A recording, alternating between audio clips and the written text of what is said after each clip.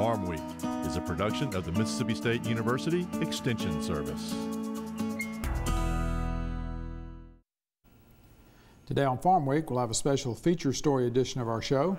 We'll go to Iowa, where two brothers are taking locally grown grain and turning it into ethanol. Not ethanol for your car, but for internal consumption. We'll have two Southern gardening segments. The Montego Snapdragon is a good cool season plant. You'll also find out some tips to keep your fall mums blooming and bright. Our first story today is about Mississippi's premier livestock show for youth, the Dixie National Sale of Junior Champions. This sale changed venues this year, much to the comfort of everyone. I mean, they definitely think it's strange that we spend more time with our cows than we do, playing video games or watching TV or things like that. But I think livestock showing is one of the best things you can do to, better you in your future, because you learn so much about responsibility and leadership skills and teamwork, and a bunch of this money goes back into a scholarship fund.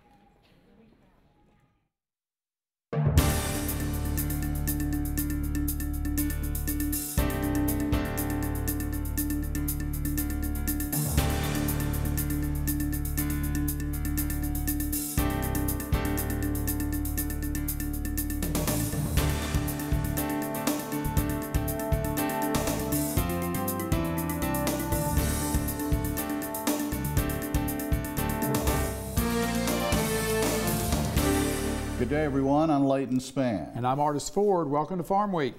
Today it's an all-feature story edition of our show, and it starts with a story about an old event, but with a new twist. Well, Leighton, in less than 3 months, the next edition of the Dixie National Sale of Junior Champions will take place in Jackson, Mississippi.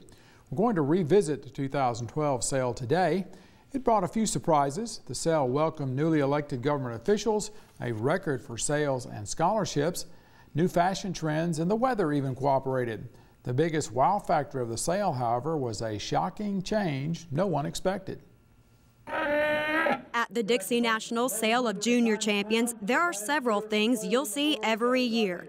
Beautifully groomed, finely bred livestock, hard-working exhibitors, highly coveted trophies, high-dollar bidders, and fancy apparel. And yes, the new fashion is to have your show stick covered in bling. But this year, there was one huge difference that no one saw coming. The 2012 Dixie National Sale of Junior Champions experienced many new changes this year, with a new governor, ag commissioner, and bidders welcomed the warmer temperatures. But probably the most surprising change was the relocation of the sale itself.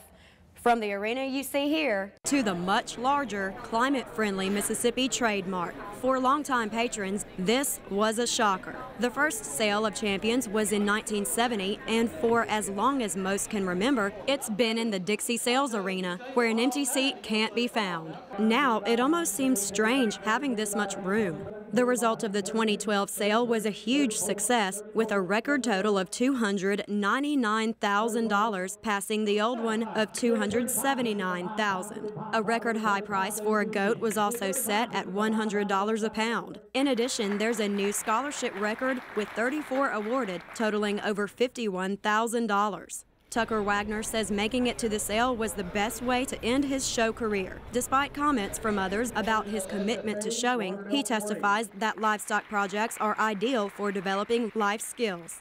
People that haven't been around this, I mean, it is strange that, we take so good care of our cows and pigs and goats or whatever.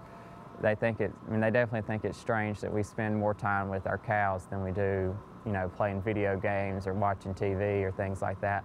But I think livestock showing is one of the best things you can do to, better you in your future, because you learn so much about responsibility and leadership skills and teamwork, and a bunch of this money goes back into a scholarship fund. Wagner says a certain percentage of sale earnings go toward the scholarship awards. And even though $20,000 for a steer is a lot of money, it's not really all profit. Our feed bill is, I don't even want to say what it is because it's so bad, but it takes a lot of money and a lot of time, and it's not all pocketed at the end. You've got to pay the bills. Additionally, Wagner says the money will go toward developing his family's cattle herd so they can raise their own show animals. Scholarship winner Miranda Stevens and Sale of Champions exhibitor Jacob Bell. Both say working with animals teaches perseverance and determination. They don't just work the way you want them to every day. They wake up in a different mood just like we do every day. So even if they're being a little ornery, we have to just stick with it and keep working with them. You can't just say, oh, I don't want to do it today. You have to do it every day. It's not just a 5-minute thing either. It's more like an hour or an hour and a half a day. It's worth it when you get the shake of the hand from the judge. It really is worth it. In addition, Bell describes the moment he knew his lamb won Grand Champion. I was really nervous and my hands were all sweaty and I was freaking out inside. I was looking at my lamb's feet trying to decide if I should move it or not, and he kind of like whistled like to get me out of looking, and then he shook my hand. So it was really exciting. Bell says this is his first time to ever make the sale. As for the additional perks of showing livestock, Miranda Stevens says many exhibitors become lifelong friends.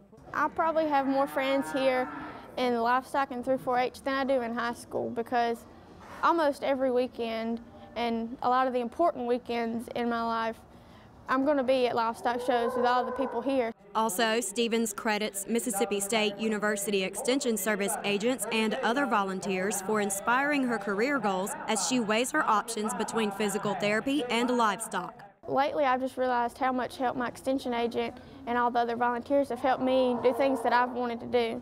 I just like the livestock aspect and environment of life. So either physical therapy or I'll go into Mississippi State Extension. Stevens says whatever path she chooses, she'll use the skills she learned to achieve success. Many livestock exhibitors go on to become great contributors to their communities, which is why newly elected Mississippi Governor Phil Bryant and various business leaders support the Dixie National Sale of Junior Champions. We've got people from all over the business community in the state of Mississippi here at this sale today, and they don't have to do that. They get called on quite a bit to contribute, to support. Representatives of congressmen's offices are here. We're continuing to remind people that agriculture, ranching, and growers are so important to the economy of the state of Mississippi. Everybody wants the high-tech industries, and those are great, but it's the land that Mississippi's famous for. These children here are going to be our future ranchers and growers and farmers. We've got to continue to support agribusiness. Governor Bryant showed his support by teaming up with other elected officials and business leaders to purchase an animal. Newly elected Mississippi Commissioner of Agriculture and Commerce, Cindy Hyde-Smith, who is also a longtime supporter of the sale, says this is a good way to showcase agriculture in the state. This is a really good year for agriculture. A lot of the markets are up. I know the cattle prices are good.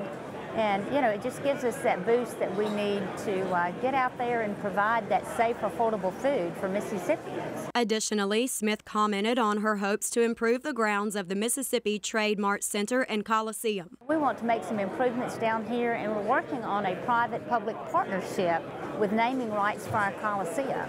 So that will bring in the private dollars that we need to enhance and capitalize on what we have. Smith also joined in with fellow buyers to purchase a Sale of Junior Champions animal. Tucker Wagner says he will always be grateful to generous buyers and volunteers who make this event possible. In addition, he has many to thank for helping him succeed. I don't know where to begin when you thank people. My mom and dad, they've been so supportive over the past few years. You know, I never thought they would haul me all over the country to cow shows, but when I asked, they do. My FFA advisor, Mr. Johnson, he's like my second dad. I don't know what I would do without him. He's helped me so much, and you know, he's gotten me a bunch of scholarships and in with the right people many times.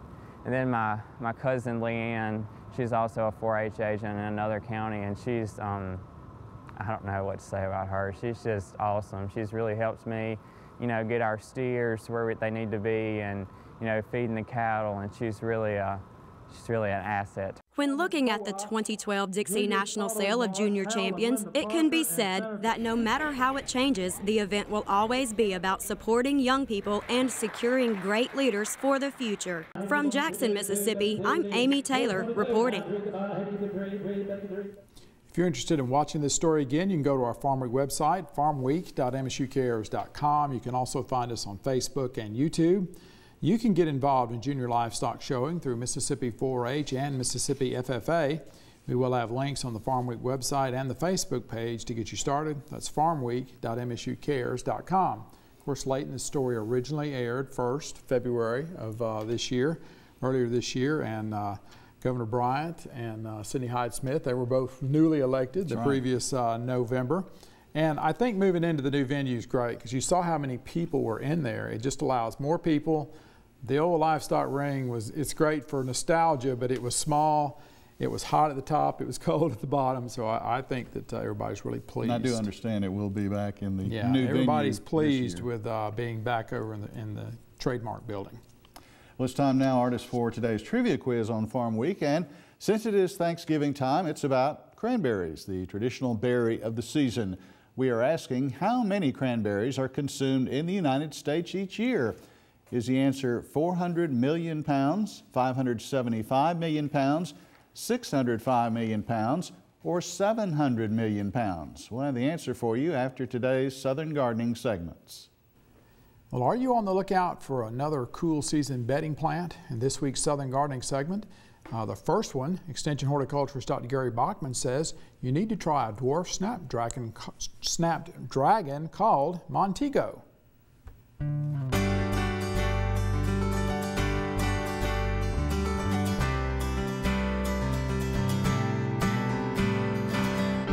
A longtime favorite flower of mine for the cool season landscape has always been the snapdragon. A couple of years ago, we shot a Southern Gardening segment and talked about snapdragons. These were the tall sonnet and rocket varieties. These are great for cut flowers and have a soft cinnamon scent. In this segment, I want to show you a dwarf variety I really like called Montego. Montego snapdragons will only grow to 10 inches tall and wide. Like their big cousins, there is a wide variety of colors. The colors of red, yellow, white, pink, and the bicolors would be gorgeous lining the front edge of a flower bed. These plants are ideal for planting in the full sun to partial shade. The individual flowers are aligned neatly and tightly bundled on the many stems. And the flowers are big for the size of the plant, so it's good that the Montego snapdragons have strong, sturdy stems. The flower heads will stay compact and not stretch in the warmer spring weather. And just like their big cousins, these dwarf dragons also live in the flowers of Montego. I'm Bachman, the snapdragon. Go ahead and try some dwarf Montego snapdragons in your cool season landscape this year. I know you won't be disappointed. I'm horticulturist Gary Bachman for Southern Gardening. Our second Southern Gardening segment today concerns fall flowering mums. Dr. Gary Bachman will show us how to keep them looking good.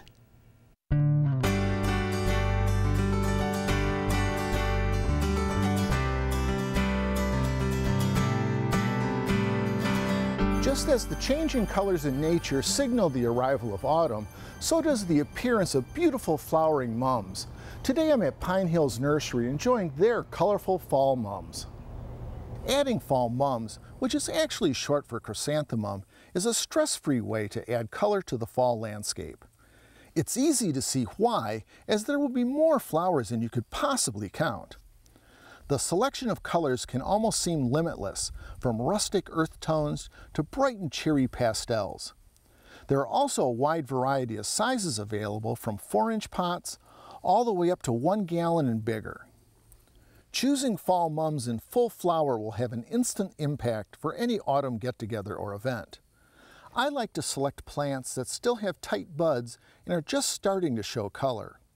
This increases the period of showy display as the buds begin to open in the garden. Always place mums in a spot that receives full sun.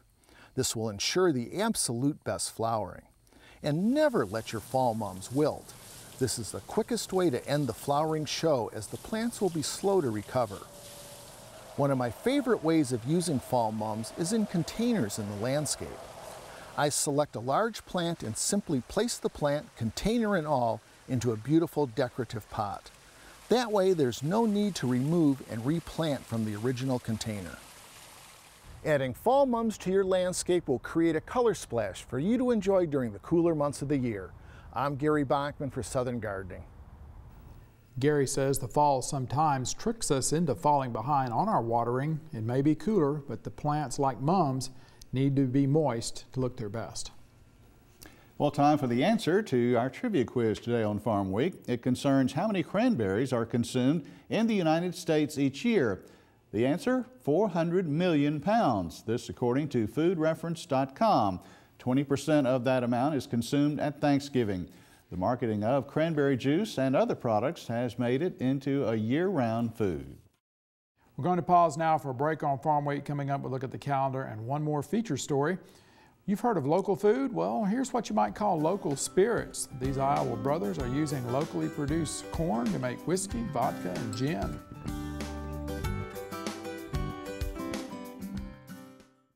Each year, many Mississippians are seriously injured or killed when farm tractors overturn. One cause of these accidents is improper hitching. If a tractor is hitched at any point above the drawbar, it can flip over backwards. Never hitch a tractor using the bar between the three-point hitch upper and lower links or at the top link attachment point. The stationary drawbar is the only safe location for tractor hitching. A message from the Mississippi State University Extension Service. Before we get back to the last story, let's look at the Farm Week calendar. The Mississippi Fruit and Vegetable Growers Association Conference and Trade Shows coming up at the end of the month. That's Wednesday and Thursday, November 28th and 29th. Location is Hilton Hotel on County Line Road in Jackson. Registration fees do apply. Sessions will be tailored to both produce growers and those with agritourism operations. A tomato grafting workshop along with a tasting reception featuring food grown by the participants is on the agenda. Mississippi Forage and Grazing Land Conference takes place Thursday and Friday, November 29th and 30th. Day one location is the Brown Loam Experiment Station on Mississippi State University at Raymond. And then day two is the McKenzie Arena, which is at Hines Community College. That's also Raymond. Now, using clover, native grasses, mineral supplementation, fire ant control, and how to use a 300-day grazing system are just a few of the items on the agenda. You do need to register by Monday, November 26th. Go to our Farm Week website at farmweek.msucares.com for information on these and other events. Now check out this week's Farm Week Snapshot.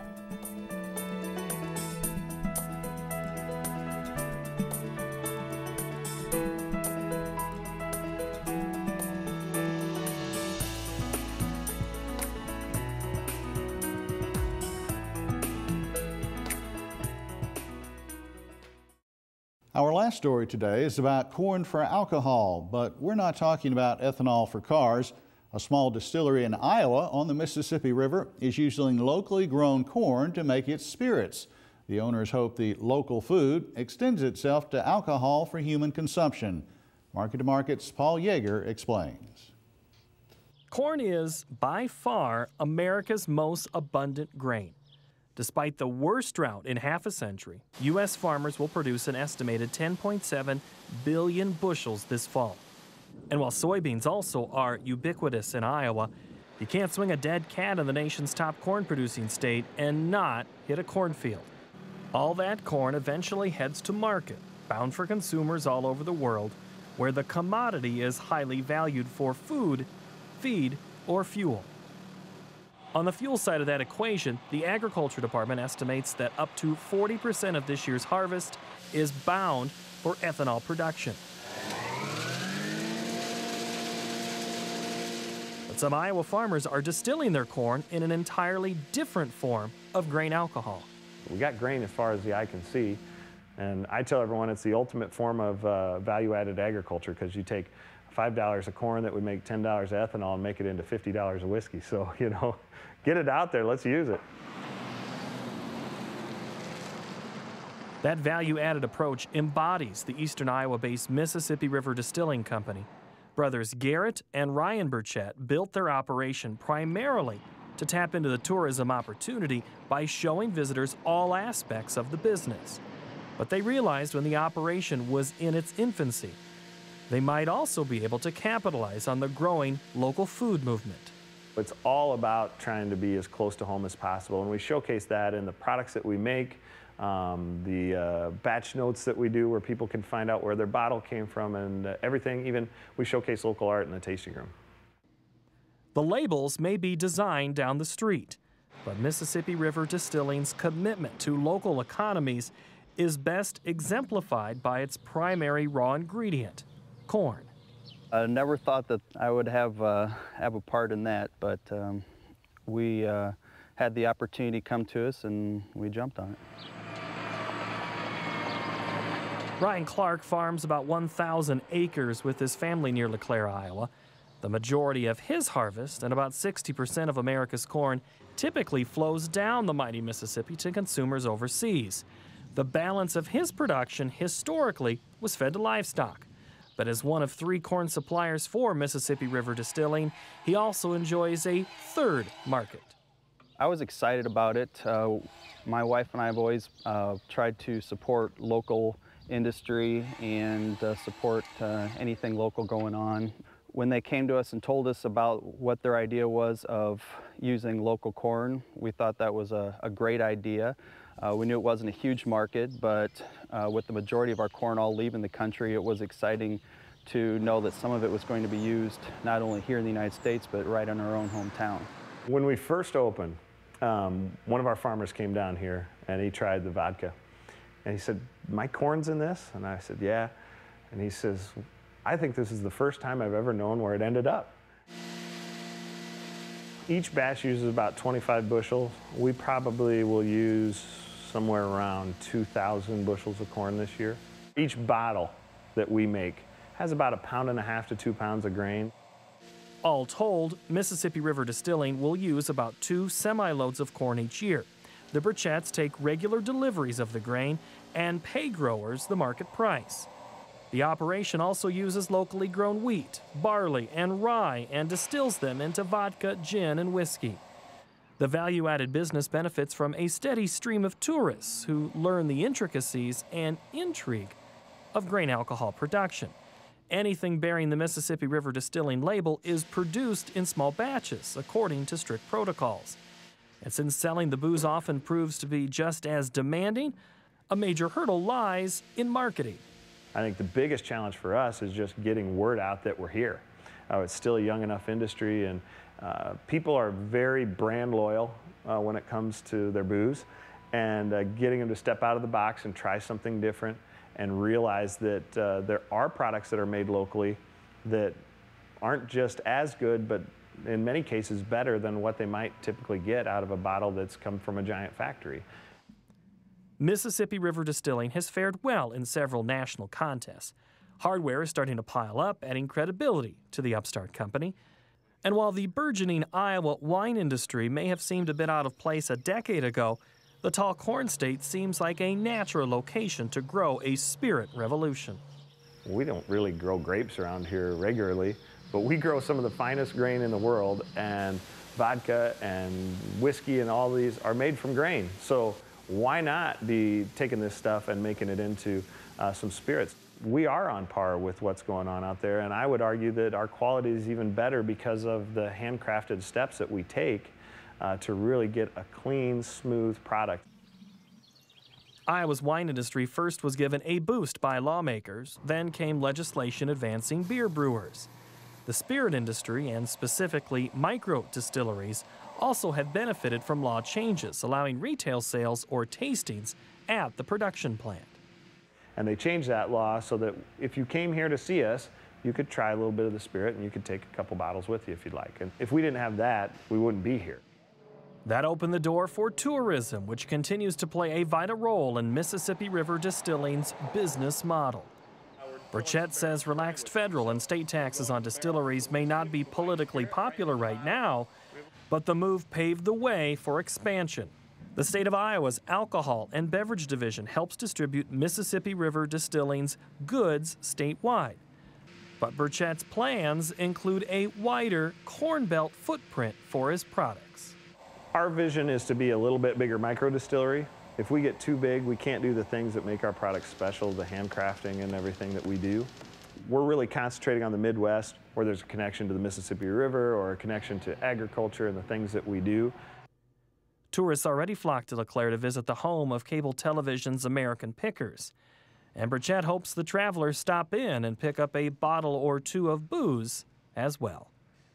For Market to Market, I'm Paul Yeager. You can watch this story again on Mississippi River Distilling on our Farm Week website. That's farmweek.msucares.com. You'll also find Farm Week stories on YouTube and Facebook. And we'll also have a link to the Market to Market website where you can see the story as well as read the script. And there will also be a link to Mississippi River Distilling. Again, that's all at farmweek.msucares.com. A business that's a natural fit, it would seem, for a big grain producer like Iowa. And that's what I call value added. Well, we are at the end of Farm Week for this week. On our next show, find out about one of the largest non-governmental seed banks in the United States. You'll visit the Seed Savers Exchange Farm near Decorah, Iowa. This organization was started in 1975 in an effort to keep heirloom varieties of plants from disappearing. Its members propagate and trade seeds with each other. In Southern Gardening, the Rex begonia. Try it for holiday decorating. For the rest of the Farm Week crew, I'm Artis Ford. And I'm Leighton Spann. Thanks for watching. We'll be back next week.